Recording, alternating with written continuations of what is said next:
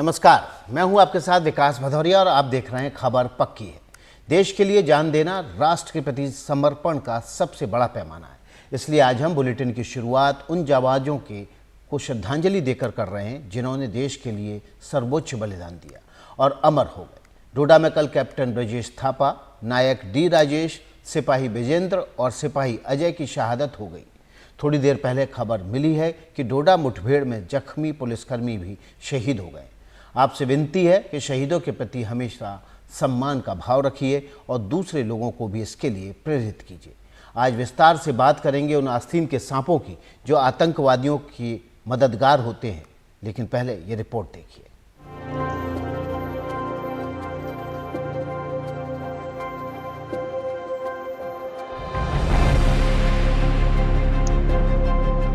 सोमवार देर शाम डोडा के देसा इलाके में आतंकियों के होने की खबर मिली, जिसके बाद राष्ट्रीय राइफल्स और जम्मू कश्मीर पुलिस के स्पेशल ऑपरेशन ग्रुप ने डोडा शहर से लगभग 55 किलोमीटर दूर जंगलों में एक तलाशी अभियान शुरू किया। लेकिन वहां जंगल में छिपे आतंकियों ने फायरिंग शुरू कर दी। इस कार्रवाई में देश ने कैप्टन ब्रजेश थापा, नायक डी राजेश, सिपाही विजेंद्र और सिपाही अजय को खो दिया। ये जो हमारे जवान थे, ऑफिसर थे, जो टीम थी, वो मिलिटेंट्स का पीछा कर रहे थे। उन्हें खबर मिली थी और वो उनके पीछे जंगलों में जा रहे थे। और कहीं ना कहीं फिर एनकाउंटर हुआ आपस में और मिलिटेंट्स ऊपर थे, ये नीचे थे और जंगली इलाका था। रात हो चुकी थी, 9 बजे का समय था। तो उस समय में एनकाउंटर हो, वहाँ पर शायद मिलिटेंट पहले से छुपे हुए होंगे और उन्होंने, क्योंकि मूवमेंट जब आप कर रहे हो, पीछा कर रहे हो किसी का, तो आप एक एक्सपोज्ड होते हो क्योंकि आप आगे बढ़ रहे हो। और जो आदमी बैठा हुआ है, छुप के बैठा हुआ है, वो पेड़ के पीछे, चट्टान के पीछे पोजीशन लेके अपना बैठा हुआ है, तो उसको एक फ़ायदा रहता है। तो कहीं ना कहीं उन्होंने अचानक हमला किया और हमने एक ऑफिसर समेत 3 जवान और खोए हैं, तो जो वाकई में एक बहुत बड़ा लॉस है। कैप्टन ब्रजेश थापा सिलीगुड़ी के रहने वाले थे। मां के पास कहने के लिए शब्द नहीं है। सब्र का बांध संभाले नहीं संभलता है। झुंझुनू के अजय नरूका 6 साल पहले ही सेना में शामिल हुए थे। पिता भी सेना में रह चुके हैं। बेटा वीरगति को प्राप्त हुआ तो पूरे इलाके में शोक फैल गया। मेरे बेटा को गुम ही कर दिया। अभी तो आएगा भी नहीं कभी वो वापस। तो कब पता चला? कल रात को पता चला, 11 o'clock को। गर्व तो होता ही है ना, देश के लिए कुछ किया उसने, है ना, तो देश के लिए तो कुछ किया हुआ, तो गर्व तो होता ही है। ये है कि उसके अलावा फिर उसको हमने अभी वो हमसे दूर गए ना काफ़ी। देश के लिए शहीद होना बहुत बड़ी बात है, लेकिन अफसोस इस चीज़ का भी है कि हमारा भाई आज हमें छोड़ के चला गया। फक्र इस बात का है कि मेरे गांव का, मेरा नौजवान, मेरा दोस्त भाई शहीद हुआ है। शहीद से बड़ा और कोई मतलब बहादुरी का काम है नहीं। देश की रक्षा करते हुए अपने प्राण न्यौछावर करने वाले मेरे बहादुर दोस्त को मेरा बार बार सलाम। मेरे गांव का एक अजय सिंह नाम का नौजवान शहीद हो गया। गांव में बड़ी दुख की बात है और गौरव की है कि हमारे गांव का एक शहीद इस देश के काम आया।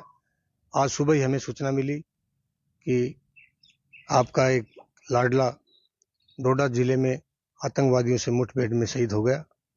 तो गांव में सब लोग उनके घर पे पहुंच रहे हैं। इस शहीद परिवार को सब लोग नमन करते हैं और इनको इस दुख की घड़ी में इनको संबल प्रदान करें। Bureau report, NDTV India. सेना और जम्मू कश्मीर पुलिस का इस वक्त एक साझा ऑपरेशन चल रहा है, लेकिन सवाल यह है कि जब घर के अंदर ही आस्तीन के सांप छिपकर बैठे हों, तब आप दुश्मनों से कैसे लड़ेंगे? कुछ दिन पहले जब श्रद्धालुओं की बस पर आतंकी हमला हुआ, उस वक्त भी यही खुलासा हुआ था। आतंकियों को गाइड करने वाले स्थानीय व्यक्ति ने सिर्फ 6,000 रुपये की खातिर खुद को बेच दिया था। आशंका है कि चंद लोग लगातार इसी तरह से आतंकियों के लिए जासूसी कर रहे हैं और आस्तीन के सांप बनकर देश का नुकसान कर रहे हैं। क्या जम्मू कश्मीर में आतंकियों ने अपनी साजिश का पैटर्न बदल लिया है? दरअसल आतंकी पिछले कुछ दिनों से कश्मीर की जगह जम्मू पर फोकस कर रहे हैं। जरा इन आंकड़ों पर ध्यान दीजिए। सोमवार यानी 15 जुलाई को जम्मू के डोडा में 4 शहादत हुई। 8 जुलाई को जम्मू के ही कठुआ में 5 जवान शहीद हुए। इसी तरह 9 जून 2024 को जम्मू के ही रियासी में तीर्थ यात्रियों की बस पर हमला हुआ, जिसमें 9 जानें गईं। 4 मई 2024 को भी जम्मू के ही पुंछ में वायुसेना के काफिले पर हमला हुआ, जिसमें 1 जवान शहीद हो गया। पिछले 32 महीनों में सिर्फ जम्मू क्षेत्र में सुरक्षा बलों ने 48 शहादत दी हैं। चिनाब वैली यानी डोडा, किश्तवाड़, कठुआ और साथ में रियासी, इन इलाकों में आतंकी जो हैं वो हाल फिलहाल में ज़्यादा सक्रिय हुए हैं। ये जांच में सामने आ रहा है कि ये जो वारदातें हो रही हैं इनके पीछे फ्रेश इन्फिल्ट्रेशंस हैं। हालांकि केंद्र सरकार ये भी कह रही है कि लगातार सिक्योरिटी ऑडिट्स हो रहे हैं, जिनमें ये पता चल रहा है, खामियां जो हैं वो सामने आ रही हैं और ये पता चल रहा है कि कई इलाकों में फोर्सेस की जो मौजूदगी है वो नहीं है। तो क्या यही वजह है इस इलाके में आतंकियों के सक्रिय होने की? एक सूचना के मुताबिक लगभग 25 आतंकियों का ग्रुप पूरे इलाके में घुसपैठ कर चुका है, जो आतंकी हमलों को अंजाम दे रहा है। ये पाकिस्तान समर्थित आतंकी हैं, जो नाम बदलकर ऑपरेट कर रहे हैं। घने जंगल और पहाड़ों के बीच ऑपरेशन करना आसान नहीं होता है।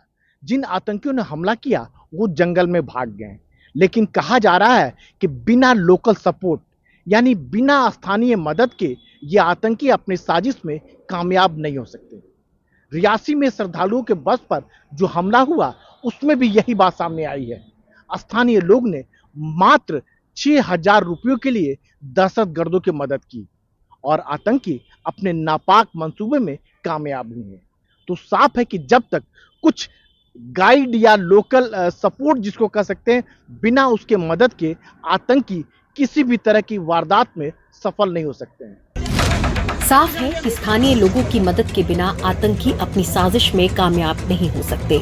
हमने रिटायर्ड मेजर जनरल AK सिवात से पूछा, सेना के लिए ये कितनी बड़ी चुनौती है। जब तक मछली जो है पानी में तभी रह सकती है, जब अगर पानी है तभी ऑपरेट कर सकते हैं किसी इलाके में, जब तक उनको लोकल सपोर्ट है। और ये सच्चाई है, इन आतंकवादियों को लोकल सपोर्ट है और कुछ तो रिलीजन के कारण और कुछ इकोनॉमी रीजन है जो पैसे से बिक जाते हैं।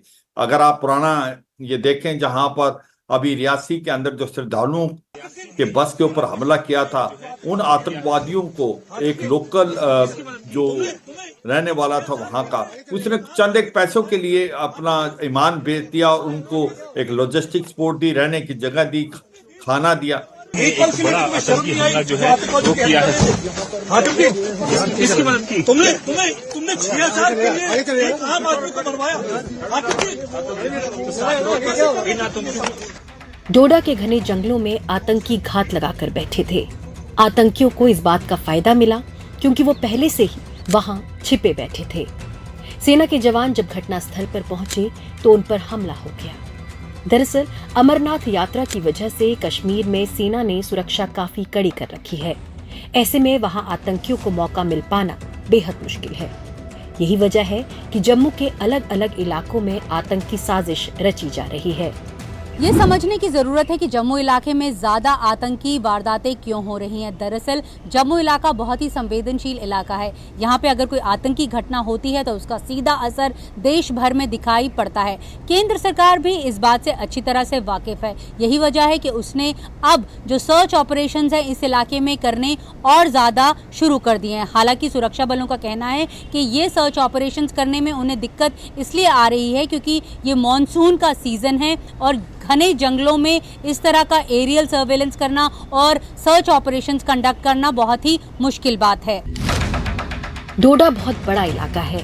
यहाँ पहाड़ भी हैं और घने जंगल भी।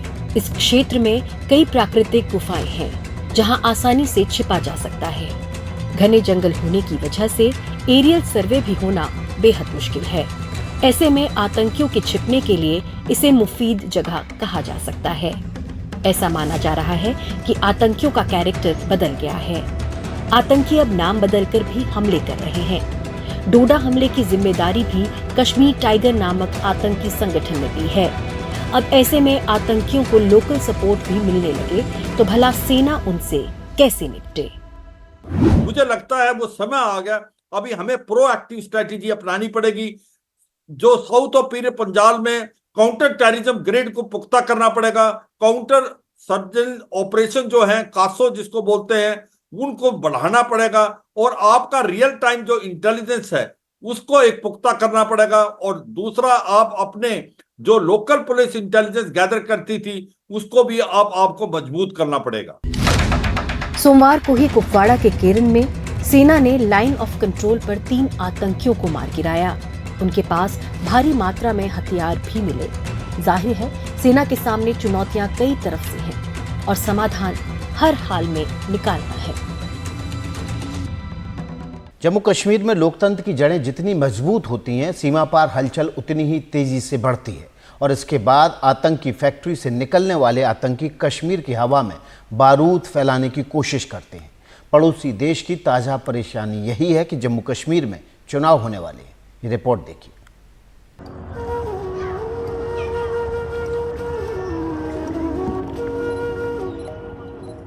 कश्मीर की ऐसी तस्वीर भला किसे अच्छी नहीं लगती, लेकिन ऐसी तस्वीर डराती है। और इन सब के बीच ऐसी तस्वीर भरोसा दिलाती है कि कश्मीर के नए दौर में दहशत के लिए कहीं कोई जगह नहीं बचती है। सितंबर से पहले जम्मू कश्मीर में विधानसभा चुनाव होने वाले हैं। अमरनाथ यात्रा भी चल रही है और इस बीच आतंकियों ने जम्मू क्षेत्र में साजिश की कोशिशें बढ़ा दी हैं। जैश और लश्कर जैसे आतंकी संगठन नाम बदलकर नापाक षड्यंत्र रच रहे हैं ताकि आतंक का कारखाना चलाने वाले पाकिस्तान पर दबाव न पड़े। जाहिर है लोकसभा चुनाव में जम्मू कश्मीर में शानदार वोटिंग देख चुका पड़ोसी मुल्क ये बिल्कुल नहीं चाहेगा कि सूबे में सफलतापूर्वक विधानसभा चुनाव हो सके। इन तस्वीरों के सामने आने के बाद जम्मू कश्मीर में विधानसभा चुनाव की अटकलें तेज हो गई हैं। गुरुवार को केंद्रीय मंत्री और बीजेपी अध्यक्ष जेपी नड्डा, गृह मंत्री अमित शाह और जम्मू कश्मीर से जुड़े बीजेपी नेताओं की बैठक हुई। कहा जा रहा है कि इस बैठक में बीजेपी नेताओं को चुनाव की तैयारियों के निर्देश दिए गए हैं। सूत्रों की माने तो जम्मू कश्मीर में अमरनाथ यात्रा के बाद विधानसभा चुनाव हो सकते हैं। मीटिंग में कहा गया कि बीजेपी राज्य की 90 सीटों पर अकेले ही चुनाव लड़ सकती है और चुनाव के पहले किसी भी पार्टी से गठबंधन की संभावना भी फिलहाल नहीं दिखती। 21 जून को योग दिवस के मौके पर जब प्रधानमंत्री मोदी जम्मू कश्मीर में थे तभी उन्होंने राज्य में चुनाव के संकेत दिए थे। मैं जो भी कर रहा हूं नेक नियत के साथ कर रहा हूं। मैं बहुत ईमानदारी से समर्पण भाव से जुट रहा हूं ताकि कश्मीर की पिछली पीढ़ियों ने जो भुगता उससे बाहर निकालने का रास्ता बनाया जा सके। दूरियां चाहे दिल की रही हो या फिर दिल्ली की, हर दूरी को मिटाने के लिए हम हर कोशिश कर रहे हैं। लोकसभा चुनाव में बीजेपी ने केवल जम्मू और उधमपुर सीट पर उम्मीदवार उतारे थे और दोनों सीटों पर जीत दर्ज की थी। इस चुनाव में बीजेपी ने 24.36% वोट हासिल किए थे। नेशनल कॉन्फ्रेंस को 22.30% और कांग्रेस को 19.38% और पीडीपी को 8.48% वोट मिले थे। लोकसभा चुनाव में जम्मू कश्मीर के मतदाताओं ने पिछले कई वर्षों का रिकॉर्ड तोड़ दिया। इस चुनाव में आपने जमहूरियत को जिताया है।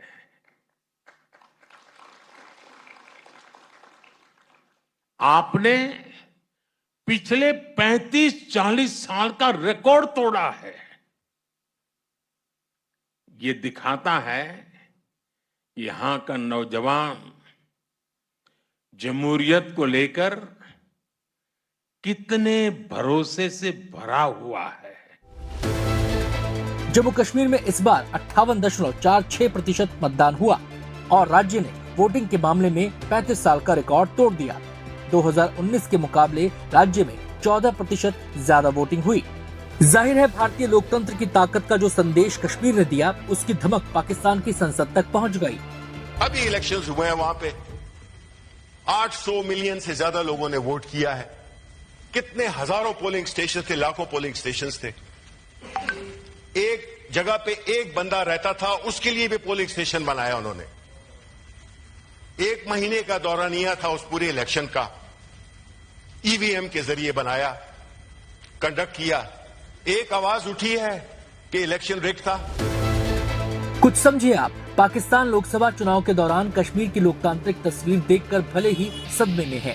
इस ट्रेलर के बाद अब जब विधानसभा चुनाव की पिक्चर सामने आएगी तो पड़ोसी मुल्क की परेशानी और बढ़ जाएगी। कश्मीर की ये 7 तस्वीर, भला ऐसा कोई देश कैसे बर्दाश्त करेगा जो दिन रात साजिश फैलाने के सपने देखता रहता है। पहली तस्वीर, जम्मू कश्मीर में रिकॉर्ड मतदान हो रहा है। दूसरी तस्वीर, कश्मीर में जबरदस्त विकास कार्य हो रहे हैं। तीसरी तस्वीर, कश्मीर में पत्थरबाजी समाप्त हो गई है। चौथी तस्वीर, कश्मीर में युवाओं को कट्टरवाद से जोड़ने का प्रयास भी कमजोर पड़ा है। पांचवी तस्वीर, आतंकियों के टॉप कमांडर एक एक करके मारे जा रहे हैं। छठी तस्वीर, पाकिस्तान में चुनाव के बाद भी वहां की सरकार सवालों के घेरे में है। और सातवीं तस्वीर, पाकिस्तान अधिकृत कश्मीर लगातार इस्लामाबाद के खिलाफ बगावत का झंडा बुलंद किए हुए है। आर्टिकल 370 को लगभग 5 साल हो गए, तो उसके बाद जब एक नॉर्मलाइजेशन हो रहा है भारत के अंदर में, डेमोक्रेटिक प्रोसेस आ रही है, गवर्नेंस स्ट्रक्चर्स बढ़ रहे हैं, तो नेचुरली है कि जो टेररिस्ट हैं वो आखिरी दम पर अपना कुछ ना कुछ इस तरह की हरकतें कर रहे हैं जिससे लगे कि कुछ परेशानी है लोगों को। लेकिन मेरा मानना यह है कि जहां तक मैं समझता हूँ कि लोग जो हैं वो चाहते हैं कि उनका डेवलपमेंट हो, यूथ को एम्प्लॉयमेंट मिले, उनको और आगे बढ़े, प्रोग्रेस हो। और भारत की जो डेमोक्रेसी है जिसमें सबको एक समान आगे बढ़ने का मौका है, उसमें वो उस जर्नी में वो भागीदार। तो इसलिए ये टेररिज्म जो है एक शॉर्ट टर्म प्रोजेक्ट होता है और उसके जरिए वो लोगों में डर फैलाना चाहते हैं। लेकिन मैं समझता हूँ कि कश्मीर आज की डेट में चाहता है कि पूरी तरह जिस तरह सारे भारत में हो रहा है उसी तरह वहां पर भी सब। इस बार योग दिवस पर जब भारत ने दुनिया को कश्मीर की धरती से सद्भाव का संदेश दिया, तब भी उन मंसूबों को धक्का पहुंचा जो कश्मीर में लोकतंत्र की गहराती जड़ों से घबराते हैं। Bureau report, NDTV India. और अब आपके लिए एक सवाल जिस पर आप अपनी राय हमें QR कोड को स्कैन करके भेज सकते हैं और अपना जवाब भी दे सकते हैं। सवाल यह है कि क्या जम्मू कश्मीर में आतंक के खिलाफ और सख्त नीति की ज़रूरत है। आपको बता दें कि जम्मू कश्मीर में आतंकी लगातार सुरक्षा बलों पर निशाना बना रहे हैं। पिछले 9 दिनों में जम्मू कश्मीर में 9 सेना के जवान शहीद हो गए। जम्मू कश्मीर के उपराज्यपाल मनोज सिन्हा ने कहा है कि अपने सैनिकों की मौत का बदला लेंगे और आतंकवादियों के नापाक मंसूबों को विफल करेंगे। लेकिन सवाल वही है कि क्या आतंकवाद के खिलाफ और कड़ी नीति होनी चाहिए।